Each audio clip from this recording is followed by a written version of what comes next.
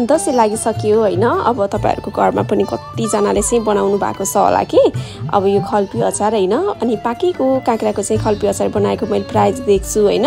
आज चाहिँ मैले कुबिन्डोको ट्राई गर्दैछु कि मिठो नमिठो कस्तो हुन्छ थाहा छैन। मैले चाहिँ पहिलो पटक बनाउँदैछु। अब यसमा म पास हुन्छ कि है त।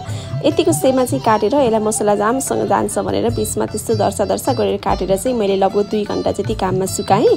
अहिले चाहिँ घाम पनि मज्जा लागेको छ नि त।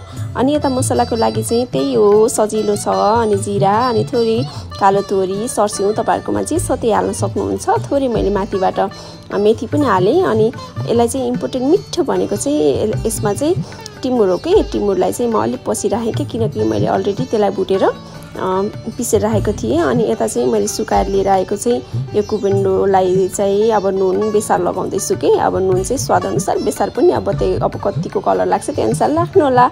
अनि यो मसला चाहिँ अलिक बढी भयो जस्तो लाग्यो, त्यही पनि मैले सबै हाल्दिएँ कि मिठो हुन्छ भनेर।